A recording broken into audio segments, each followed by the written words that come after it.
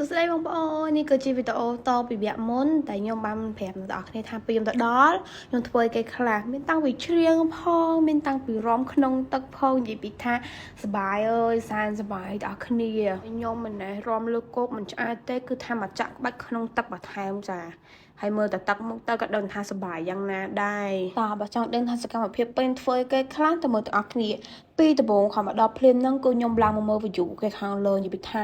អូអ្នកទាំងអស់គ្នាងាកទៅណាក៏សុទ្ធតែប្រៃឈោហើយពីភ្នំណាខ្ពស់ខ្ពស់ហើយឡើងតែជាក់ហ្មងហើយប៉ះជាមួយខ្ញុំមករឿចូលចិត្តធម្មជាតិអញ្ចឹងទៀតបើទៅដល់ភ្លាមគឺខ្ញុំសប្បាយចិត្តខ្លាំងមែនតែននេះឧបមាថាបើសិនមានភ្នំនៅពីក្រោយចង់ហើយមានតែសមុទ្រនៅខាងមុខទៀតណាអូខ្ញុំលេងទឹកឈួតហ្មងតែដោយសារយើងមកនេះគឺកន្លែង private រៀងឆ្ងាយតិចអញ្ចឹងអត់មានសមុទ្រទេប៉ុន្តែក៏សប្បាយមួយយ៉ាងដែរហើយកាប់មកដល់ពេលចូលធ្វើម្ហូបទាំងអស់គ្នាដោយសារតែយើងមកនេះគឺយើងធ្វើម្ហូបខ្លួនឯងយើងទិញពីក្រុងកែបមកយកមកធ្វើខ្លួនឯងណា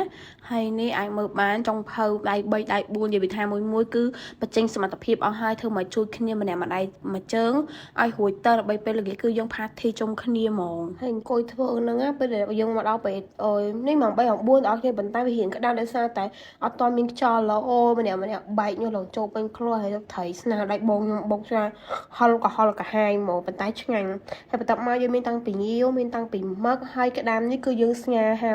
យនិយាយទៅគ្នាទៅ10នាក់ប៉ុន្តែបាច់មើលម្ហូបវាចាបបោអូយមានតាំងពីសាច់គោមានតាំងពីជ្រក់ជើងមាន់ជើងទាមានច្រើនទេបងប្អូននេះមិនតបបង្ហាញអត់ទេហើយមានតាំងពីភ្លាក្តាម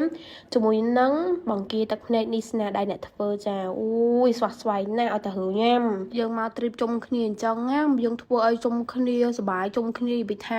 ក្តីសុខណាស់ទាំងអស់គ្នាយើងជួយគ្នាម្នាក់ម្ដៃមួយជើងអញ្ចឹង